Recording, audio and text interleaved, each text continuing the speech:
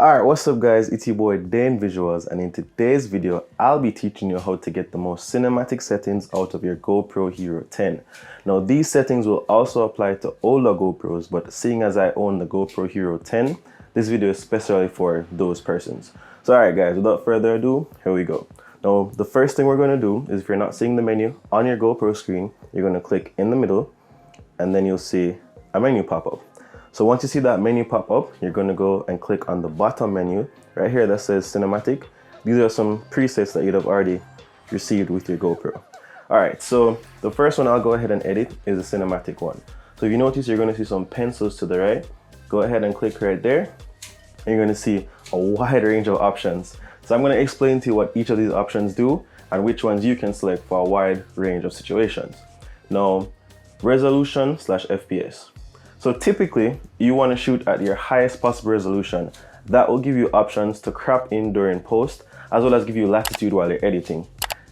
Generally, higher resolutions would offer slightly more quality, but the main thing is that you're able to punch in and crop in and not see a downgrade in your image.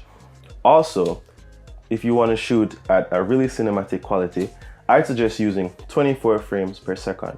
Reason being, we're used to seeing 24 frames in most modern day film. That's the standard. So when you see that 24 frames per second motion blur, it just makes things seem more cinematic. But if you have an intention to slow down your footage, you can always shoot at 30 frames per second or 60 frames.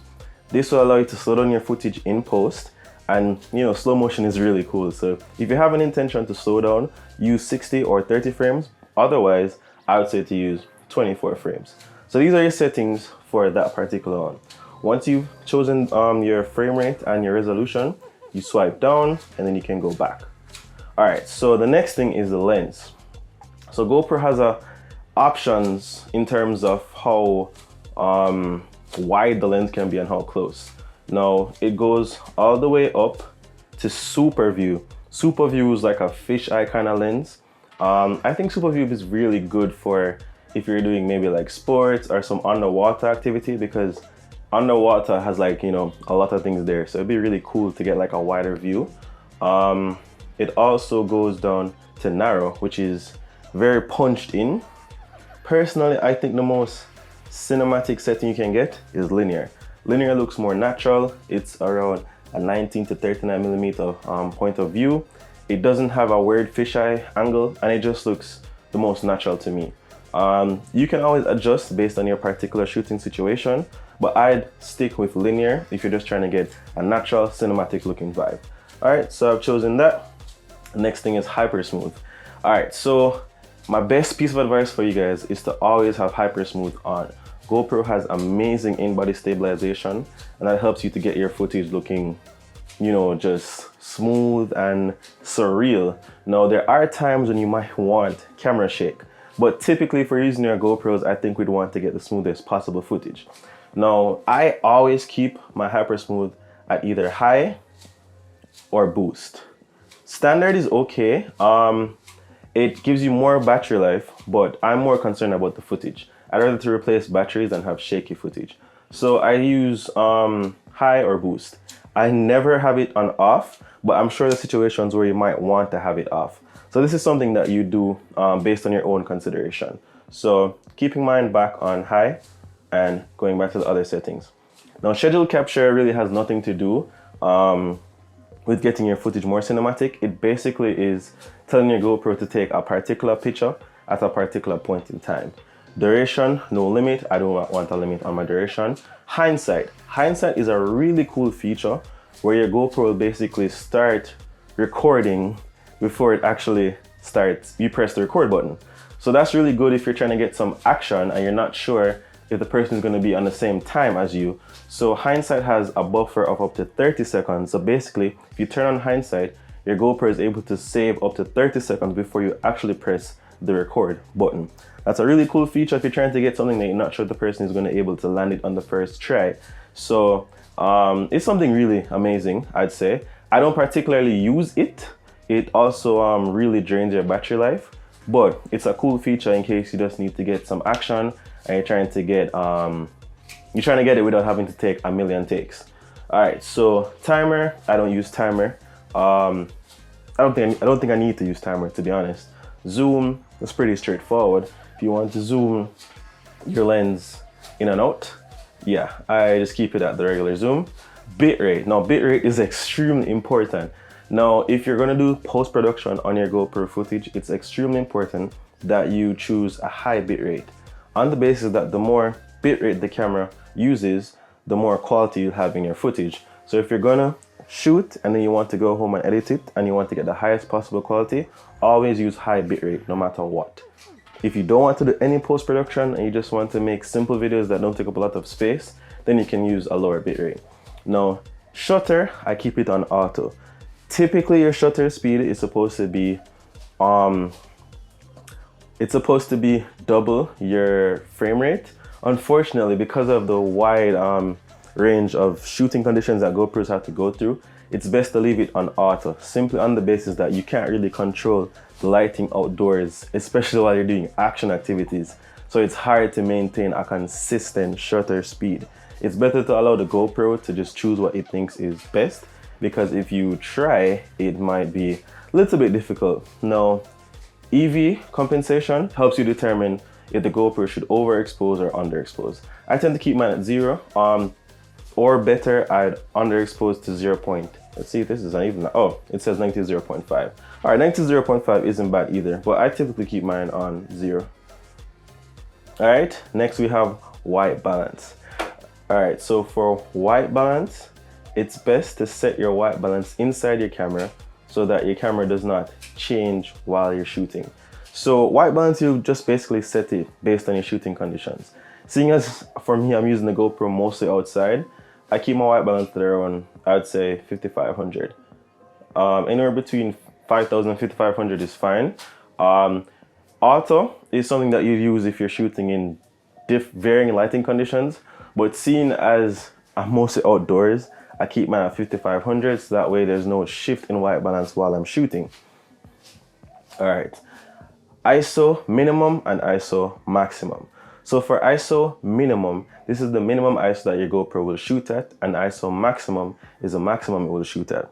Now, GoPros aren't particularly good at low light.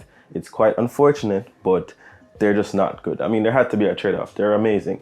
So I keep my maximum ISO at 800. To be honest, I'd put it as low as 400 because you do not want to be turning off your ISO on your GoPro. It will be extremely grainy. They're just not made for low light conditions. So in an ideal situation, you want to be giving your GoPro lots of light. It will perform the best in lots of light, and that way you'll get the best quality footage. I have it here at 800, but I think the best thing to keep it at is probably 400, but you know, anything can happen. Sharpness. I keep my sharpness at medium. Normally I put it at low, but sometimes it's not good to sharpen your footage too much if your camera doesn't have a high enough latitude. So I'm not sure of how much sharpness I can add in post to GoPro footage, so I tend to just keep it at medium. All right, so for color, it has 3 options. You have natural, vibrant, and flat. So if you're not planning on doing any post-production, I'd say to use either natural or vibrant. If you're planning on color grading your footage, I'd say to keep it on flat.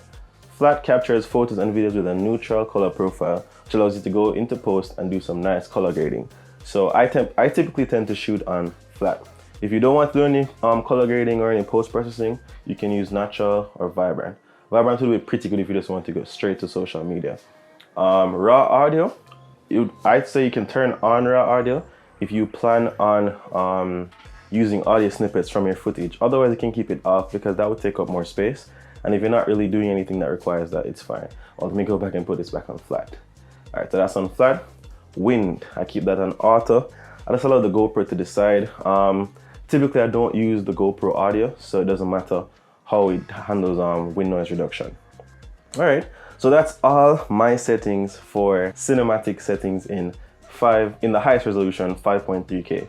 Now, basically, if you're planning on shooting some slow motion, you can just repeat all those settings in the ultra slow-mo mode. I think 240 frames per second is the highest it can go, and that's absolutely amazing, guys. Like 240 frames per second is some super slow motion.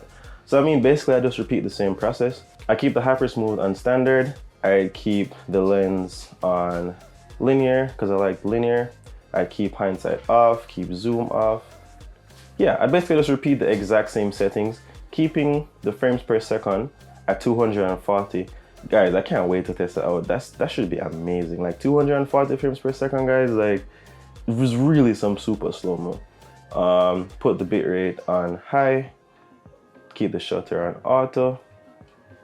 ISO maximum, gonna turn that down to, let's say, 800, simply because when you're shooting at a higher frames per second, you're probably going to need more light. So yeah, color on natural, well, nah, color on flat. White balance, keep it on, let's keep it here, 5500. Yeah, that's pretty much it. So yeah, I basically go in and change all my settings, which is the main ones would be your bitrate, your color profile, your lens, your boost, and that's pretty much it. You can also create your own profile. So let's say you just want a nice 1080 profile. You can click on the button right here that takes you to the menu with all the different profiles. Once you're on that menu, you're gonna click on this top right icon here, which will take you to manage. All right, once you're on manage, you're gonna see a plus sign come up in the top right corner. And then once you do that, you can select the settings. So you can choose whether it's gonna be a video profile or it's gonna be looping. Once you do that, you go on, you choose the different settings.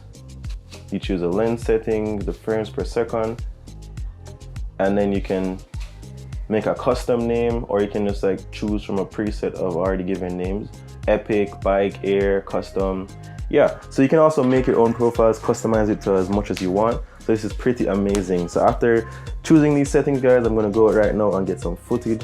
Look out for that video. If you guys like this kind of content, please be sure to subscribe to my channel and look out for more videos like this.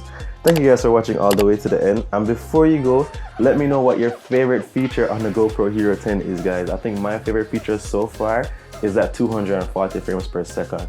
I'm so excited to shoot at 240 frames per second.